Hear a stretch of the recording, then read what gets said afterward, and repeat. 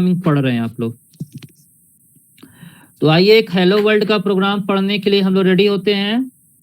तो 2 सेक्शन में बनाया गया, एक्चुअली इसको एक ही सेक्शन में बनाया गया। 4 सेक्शन होता है, टेक्स्ट सेक्शन होता है, डेटा सेक्शन होता है, और आपका कमेंट सेक्शन होता है, और आपका क्या होता है, एक टेक्स्ट सेक्शन होता है, और एक बीएसएस सेक्शन होता है। जिसको 2 सेक्शन में बनाया गया है, टेक्स्ट सेक्शन और डेटा सेक्शन में। तो रेडी हैं आप लोग? तो चलिए हम लोग प्रोग्राम स्टार्ट करते हैं। टेक्स्ट सेक्शन हम लोग यूज करने जा रहे हैं। टेक्स्ट सेक्शन का काम क्या होता है? टेक्स्ट सेक्शन का काम होता है बेसिक इंस्ट्रक्शन को, प्रोग्राम को एग्जीक्यूशन यहीं से स्टार्ट, जैसे वर्ड मेन का जो काम होता है वही काम यहाँ पे टेक्स्ट सेक्शन कर रहा है। सबसे पहले हम लोग टेक्स्ट सेक्शन बना दिए ग्लोबल मेन, यानी इसमें जो भी वैल्यू यूज होगी ग्लोबली यूज होगी, सबके लिए एक्सेसिबल है। तो सबसे पहला मैंने लिखा है निमोनिक मूव, सारा चारों स्टार्टिंग का मूव है। और सबसे पहला जो मूव मैंने लिखा है, लेन को ईडीएक्स में डाल रहा हूँ। ईडीएक्स क्या है? ईडीएक्स एक आपका रजिस्टर है, मैसेज का लेंथ, ठीक है। हेलो वर्ल्ड जो मैसेज होगा उसका मैं लेंथ चेक कर रहा हूँ। फिर दूसरा मैंने इंस्ट्रक्शन यूज किया है, मूव कर रहा हूँ एमएसजी को ईसीएक्स रजिस्टर में, इसको राइट करूंगा। और साथ में मैं अब क्या कर रहा हूँ, एक मैं फाइल डिस्क्रिप्टर अटैच कर रहा हूँ std out। std out का काम ये है कि std out लिखूंगा तो कोई चीज ये प्रिंट करेगा।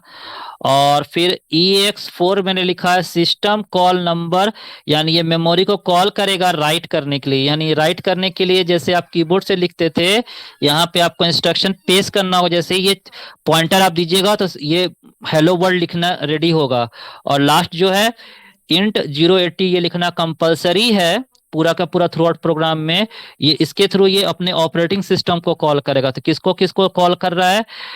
राइट के लिए चाहिए इसको, तो अपना हेडर फाइल को कॉल किया, हेडर फाइल मिलेगा तो इसको चाहिए।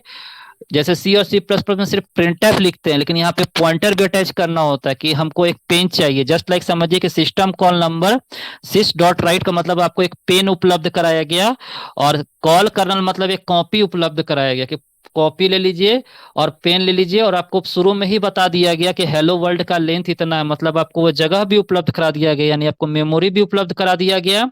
और जो मैसेज राइट कीजिएगा उस जगह का नाम बता दीजिए। जैसे कॉपी होता है तो यहाँ पे उस जगह का नाम है एमएसजी।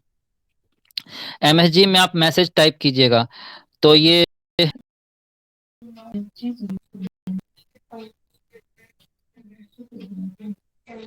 तो इतना सारा टॉपिक है। अब आप लोग को मैंने स्क्रीनशॉट भेजा है हेलो वर्ल्ड का, थोड़ा सा 2 मिनट आप उसको चेक कीजिए तो आपको क्लियर हो रहा है कि नहीं। मैं 2 मिनट का समय दे रहा हूँ रिवीजन करने का, क्योंकि ये बहुत इंपॉर्टेंट प्रोग्राम बताएं, पहला प्रोग्राम है, इसमें इतना सारा चीज नया नया चीज यूज हुआ है। तो मैं सारे स्टूडेंट से एक्सपेक्ट करूंगा कि वो पूरा का पूरा लाइन को थ्रू ऑल चेक करें, स्क्रीनशॉट जो हम भेजे हैं उसके बाद हम आगे बढ़ेंगे, नहीं तो फिर आगे बढ़ना बेकार है। थोड़ा सा देखिए ध्यान से, 2 मिनट का टाइम दे रहा हूँ।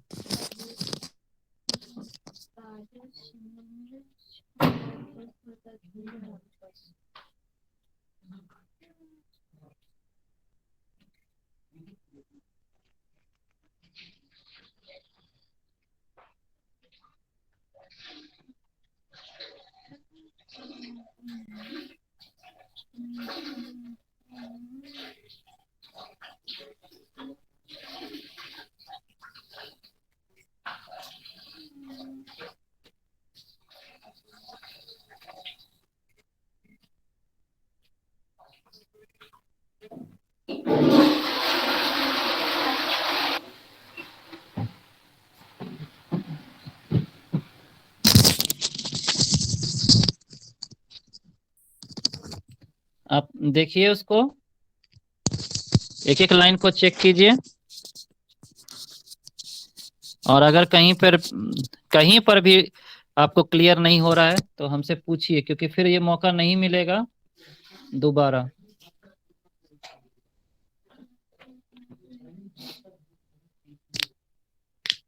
ओवर कॉन्फिडेंट भी नहीं होना कि सर समझा रहे हैं तो मतलब हम लोग भी समझ गए। थॉरली चेक किया है, ये बहुत अच्छा तरीका होता है किसी चीज को एकदम कंठस्थ करने का।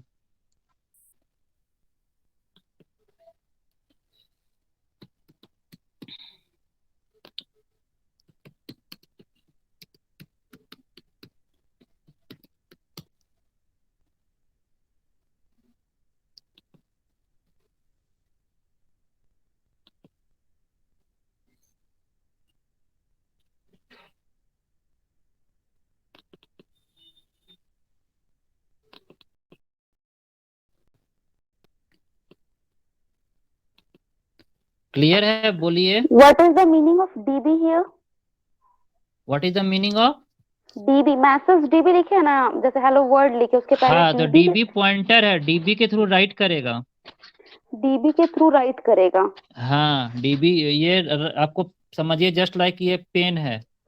हम्म, हाँ, डीबी। ओके, डीबी लिखने के बाद ही मैसेज लिखा गया है ना, सिंगल कोटेशन के थ्रू। तो हाँ। डीबी ही वो पॉइंटर है जो उस जगह पे आपको ले जाएगा जहाँ पे आपको मैसेज लिखने का जगह देगा। और उसके बाद OX से लिखे हैं, ये क्या है? ये आपका कमेंट है, कमेंट सॉरी, ये आपका जो है ना, ये आपका लोकेशन है जो कर्नल को कॉल किए हैं ना। यहाँ पे अच्छा, देखिए ये सब लोकेशन होता है, एक फिक्स्ड पॉइंट होता है, कोडिंग है, डीबी का लोकेशन है वो। ओके, क्लियर है? हाँ क्लियर है। और ये कंपाइलिंग एंड लिंकिंग है, ये दूसरा का, ये बहुत हार्ड है, हम आपको इम्यूलेटर में कराएंगे तो ये सब चीज देखना नहीं है। फिर भी मैं इसका स्क्रीनशॉट भेज दे रहा हूँ, थ्योरी में काम आएगा समझने में। तो ये आपको मैं चैप्टर 3 का लास्ट टॉपिक स्क्रीनशॉट कर दे रहा हूँ।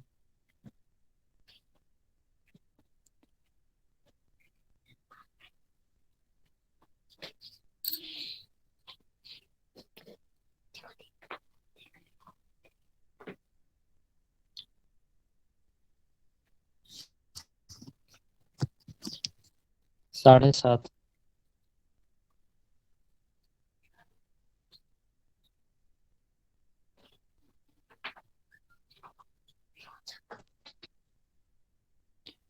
तो मैंने स्क्रीन शेयर किया, वो आप लोग को विजिबल है? Yes sir. अब मैं हाँ, यस सर। क्या विजिबल है, क्या दिख रहा है बताइए, पढ़ के बताइए तो। असेंबली मेमोरी सेगमेंट हाँ, तब इसका चैप्टर 4। मतलब आप लोग को विजिबल है। चेक करना जरूरी है ना जी, नहीं तो आप लोग थोड़ा सा सोचिए कि सर को बुरा लग जाएगा अगर नहीं बोलेंगे तो। हम्म तो ये हेलो वर्ल्ड का प्रोग्राम था। ये जस्ट यहाँ पे इसको क्लियर किया गया। अब यहाँ पे मेमोरी सेगमेंट की बात होने जा रही है कि जो हम लोग सेगमेंट समझते हैं, डिवाइड करना, अलग अलग पार्ट में बताना। यानी एक पूरा का पूरा मेमोरी को अगर हम लोग बुक समझे तो उसका अलग अलग चैप्टर कौन होगा, उसको इस तरह से समझिए। तो पहला इसका सेगमेंट होता है, उसका नाम है डेटा सेगमेंट। दूसरा होता है उसको बोलते हैं कोड सेगमेंट। तीसरा होता है उसको बोलते हैं स्टैक सेगमेंट। आगे जो है रजिस्टर की बात है। तो चलिए हम लोग तीनों सेगमेंट को एक एक करके इसका क्या करते हैं, पोस्टमार्टम करते हैं। तो पहला पोस्टमार्टम हम लोग करने जा रहे हैं डेटा सेगमेंट का। डेटा सेगमेंट हम लोग ऑलरेडी डेटा सेक्शन में देख चुके हैं। अब हम लोग इसको यहाँ पे अलग से फिर से देखते हैं। एक होता है कांस्टेंट वैल्यू के लिए, और बीएसएस जो होता है वो होता है वेरिएबल के लिए। तो यहाँ पर भी वही चीज लिखना चाहिए। तो हम लोग एक बार चेक कर लेते हैं क्या वही मैसेज लिखा है कि नहीं लिखा है। लिखा हुआ है, it is represented by data section and the dot bss यानी variable. The data section is used to declare the memory regions where data elements are stored for the program.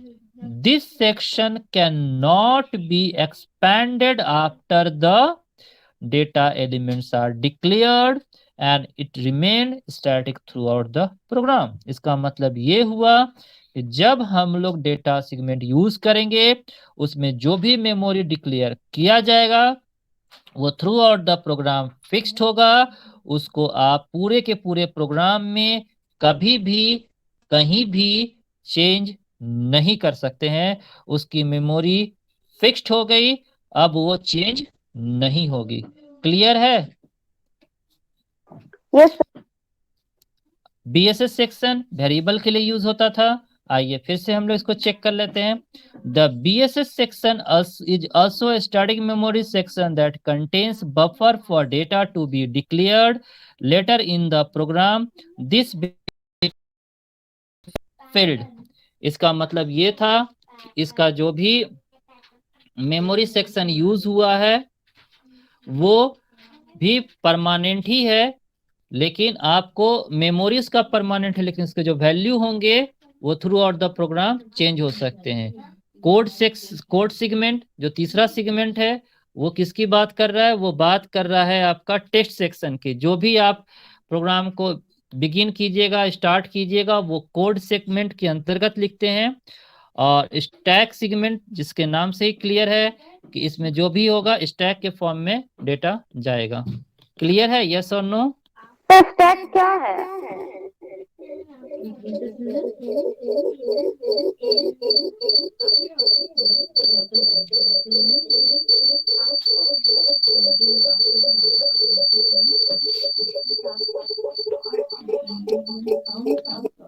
आवाज इको करने लग रहा है जी। स्टैक सेगमेंट है कि आपका जो भी जो फंक्शन यूज कीजिएगा ना, जो भी मेन फंक्शन के अंदर, वो सारा स्टैक बाय स्टैक। स्टैक देखे ना डेटा स्ट्रक्चर का, जिसमें हम लोग last in first out use करते हैं। हेलो? Yes sir. तो स्क्रीन इसको आप लोग रिवीजन। हेलो सर, स्क्रीन पे कुछ नजर नहीं आ रहा है। हाँ, थोड़ा सा ये टेक्निकल हमको दिक्कत हो रहा है, तो बोल रहे ना आज इसको रिवीजन कीजिएगा। कल 6 बजे आप लोग क्लास कनेक्ट कर लीजिएगा जी सर। टाइमली, ठीक है? और इसको जितना टॉपिक बताएं स्क्रीनशॉट किए हैं, आप थोड़ा सा रिवीजन कर लीजिए। ओके। और हम लोग नेक्स्ट क्लास में 6 बजे पॉजिटिवली कल मिलते हैं, ठीक है?